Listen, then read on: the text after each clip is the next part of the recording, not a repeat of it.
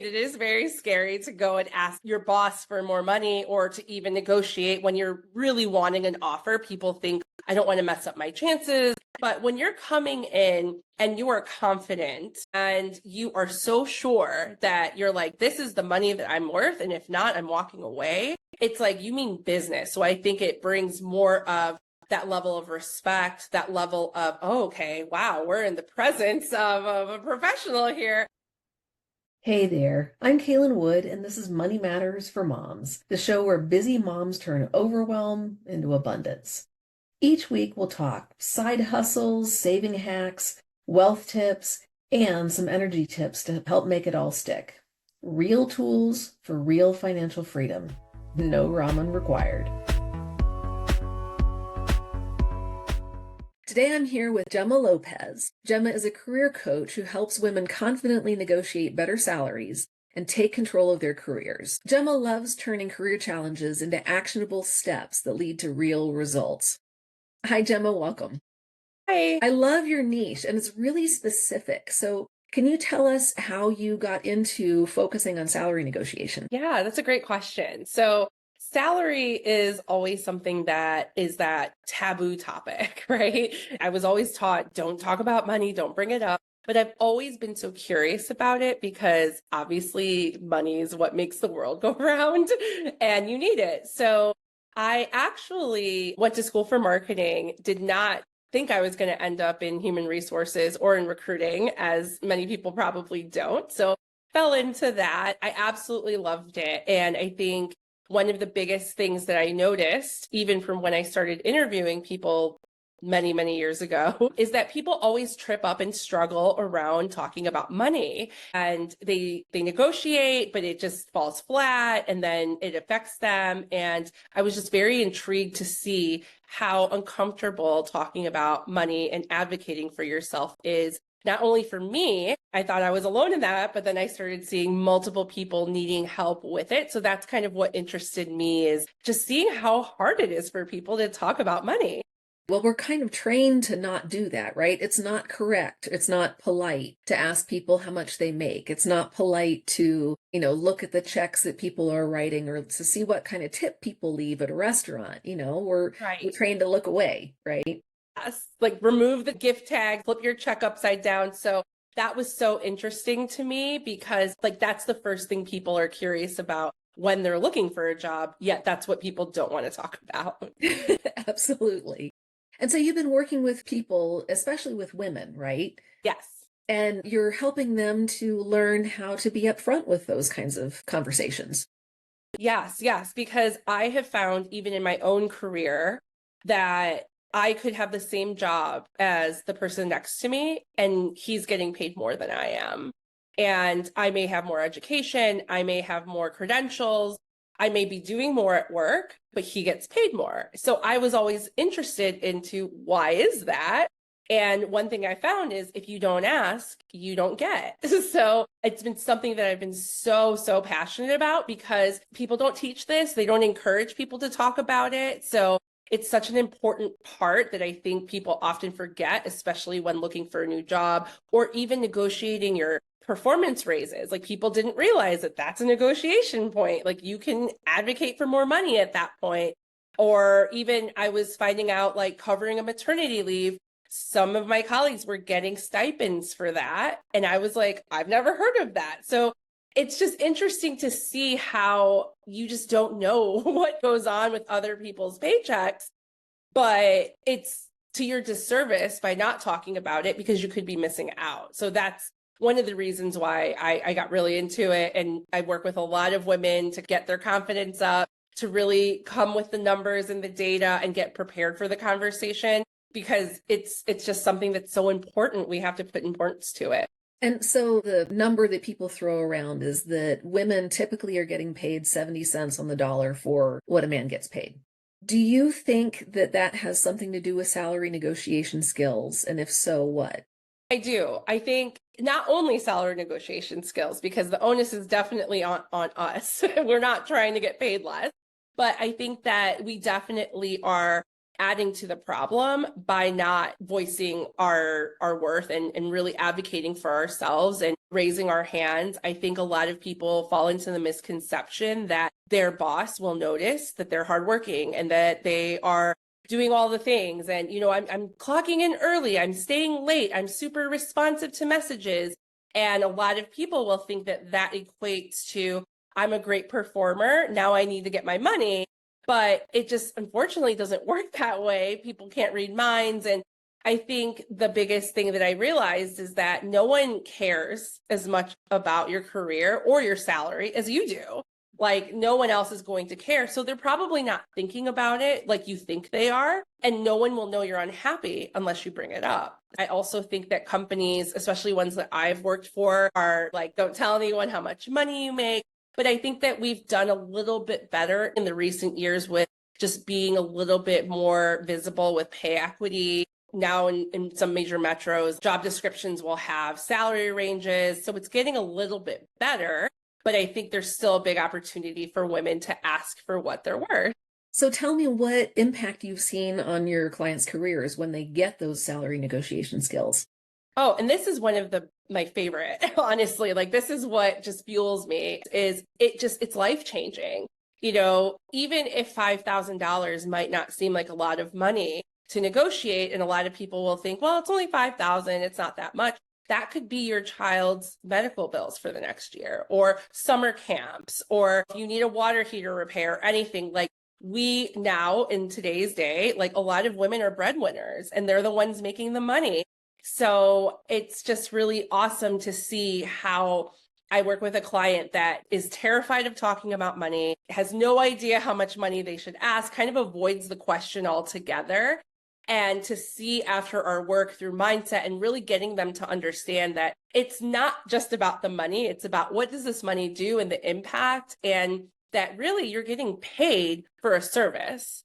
It's not like they're just paying you because they want to. And a lot of people are like, well, I'm thankful that I'm getting paid and I love my job. And they fear these repercussions would happen. But I'm like, if you're scared of repercussions happening, you probably are not in the right workplace. They do not deserve you because you're worth so much more. But I've had clients that we've negotiated $20,000, $30,000, $40,000 increases in their salaries, changing careers when they come to me and they're like, I'll just take anything. And I'm like, no, ma'am. Like, I hear you, I appreciate it, but we're not doing that. But I think, again, it comes down to like how we're taught about money, especially as women. The world has not caught up with the fact that we are the money makers and we are the ones carrying our households. So we shouldn't be afraid to ask for money. I love that because it brings me around to the point that you actually were in talent acquisition at the beginning. You weren't in the salary negotiations. No, I wasn't. Yes, I have over a decade, like almost 15 years in talent acquisition. And so how does that impact your current work? Yeah, that's a really great question. I think the one thing is that I have a pulse on the job market, and I've also worked on both sides where I'm helping people to get jobs. And then I've also been the hiring manager and the person actually approving the salaries and the offers on the back end. So the coaching that I do and the education that I bring comes from real world experience. I've worked for a lot of really awesome organizations, some really big brands and names, and I've hired thousands of people and negotiated salaries. The best time to negotiate your salary is when you are starting a new job.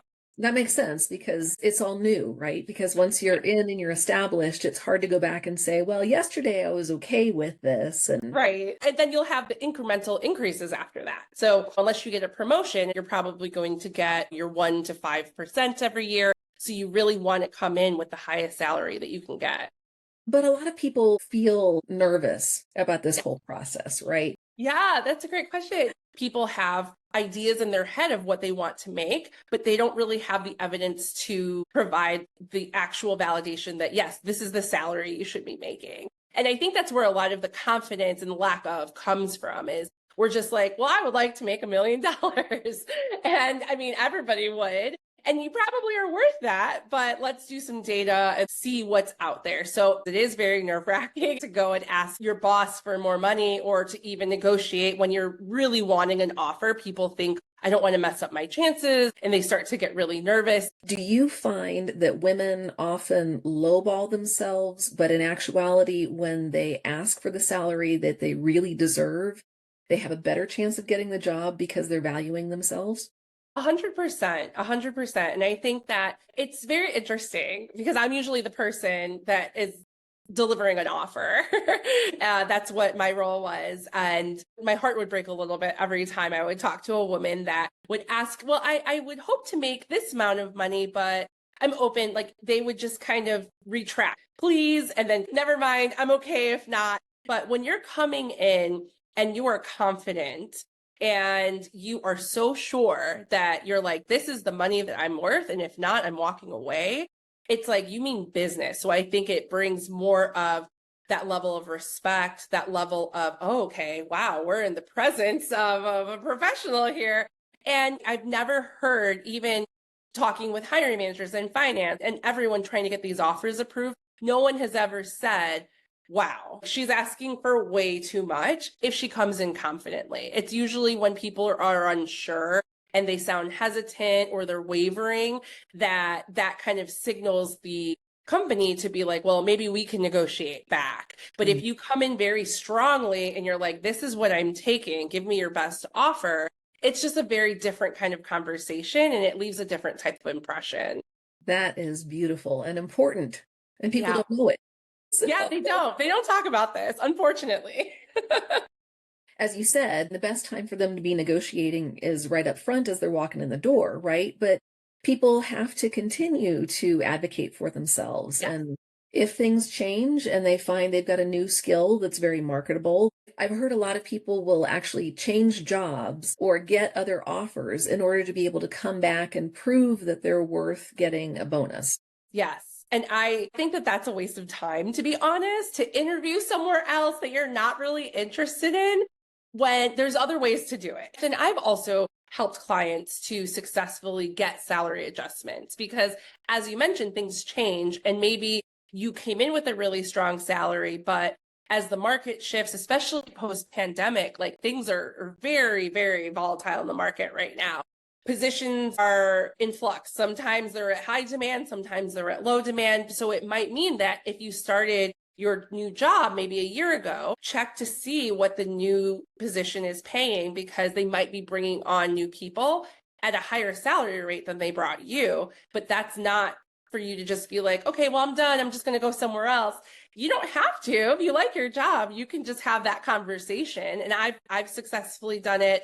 I've helped a client recently, actually. She took on a lot more responsibility. She ended up supporting a new department, and we worked together to be able to create a whole new job description for her that reflected her new role and responsibilities. And then we also asked for a new salary, and she was granted it. So everything is a negotiation. You do not have to settle at any point in time. And that's really what I want people to know is there's no wrong time, right time. It's whenever you realize that you are not getting paid what you want.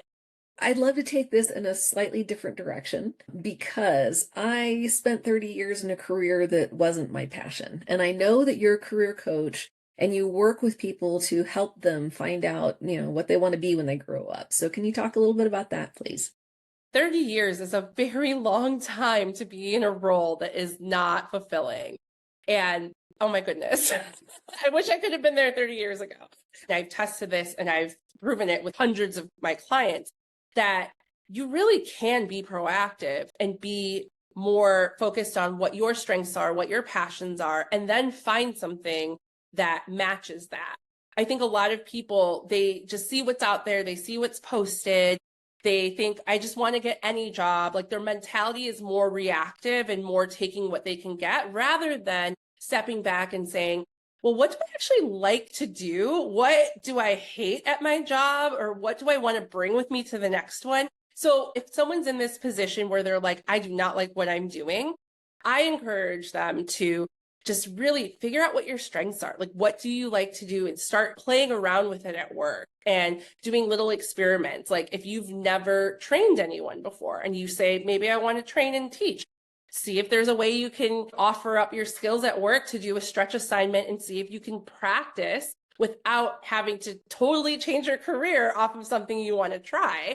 And that's where it starts. It starts by, raising your hand, getting more visible, trying new things, getting more projects, and just being curious about what other people do.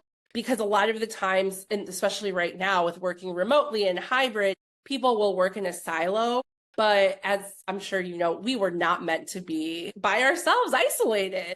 So talk to people, figure out what they do, but really take it from a point of, you can build a career out of what you're good at and what you like to do. It doesn't have to be just what's posted on the internet or what you see as a wanted or hiring. You can be very, very selective. And I've found that once you identify your skills and your strengths and you really understand, this is what I want, it's like things will align and you will start to find more opportunities that align with what you're looking for. Right. It's like you buy a yellow car and suddenly you see everybody driving yellow cars, right? Yeah. And that makes the job search so much easier because you know what you're looking for. And it's a different type of way of looking at your career and looking at the job market. And I think it's just refreshing. And I hated my job. I've worked in a lot of weird things. I was a bill collector right out of college. And I was like, what am I doing? This is not what I like. So it took a few years, but once I figured out what I'm good at, like inherently good at, and what I really liked, it was just easy. The success just came, and it was fun to go to work every day. So that's what I hope for everybody. That's wonderful. I love that too. And especially having been in that position as you were, I agree. And for my kids, because I have kids in college and getting out of college. And so for me, the idea that now they don't have to go and just step into the cubicle or the office or whatever and take what's on offer. They can create their own positions or look for things that really feed their soul. That's happy making. That is happy making. And it's so different from what we were told always, right? Yes. And I think it's, when I work with new grads, I'm always like, you guys are so young, you have so much time to play and experiment. And I think that's what we do, is a disservice to our kids and just the generations of, don't talk about money and figure out what you want. But it is so unrealistic to just pick a job and work there until retirement. We change so much as people. Our strengths change, like everything changes. So why wouldn't our careers change with us? That's one thing I'm excited for the future, is that it's evolving and it's changing. And I'm excited to see the creator economy come up and all of these new things coming up that weren't available before. So I think it's such a fantastic time for the people to start loving what they do and really not working that trajectory. Like, I have to take what I can get and I need to go to this office and wear a suit every day. Like, only if you want to. Right, right. And I agree. It's really exciting. It's a great time for people right now. It is, yes. Well, Gemma, thank you so much. This has been a great conversation. Yeah, thank you so much, Kaylin. I really appreciate you having me. Thanks for tuning in to Money Matters for Moms. I hope today's episode left you inspired to take one little step forward. Check out the resources in the show notes and share this with another mom who's ready to thrive. You've got this, because abundance is easier than you might think.